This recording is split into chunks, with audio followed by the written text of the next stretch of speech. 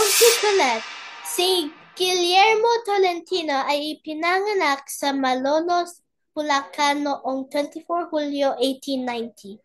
Si Guillermo o Memong ay minana ang artistikong katangian ng ama na isang sastre at gitarista. Bata pa lang siya ay naghuhulma ng hayop gamit ang duwad.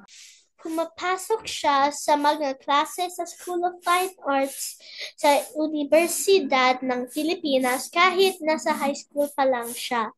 Una ay nais niyang magguhit at magpinta, ngunit di nagtagal, mas interesado siya sa eskultura.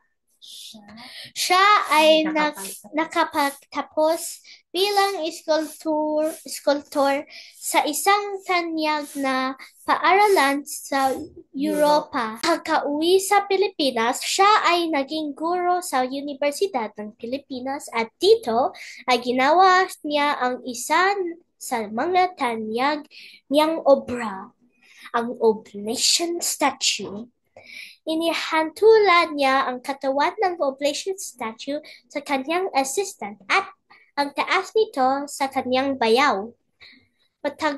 Matatagpuan din sa UP ang ginawa niyang bust ni Jose Rizal sa Palmahor.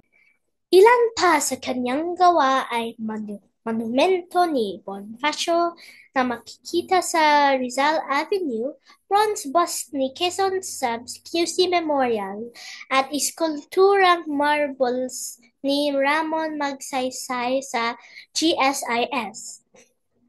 Siya ay naging national artist noong 1973 at tinaguri ang ama ng sining ng Pilipinas.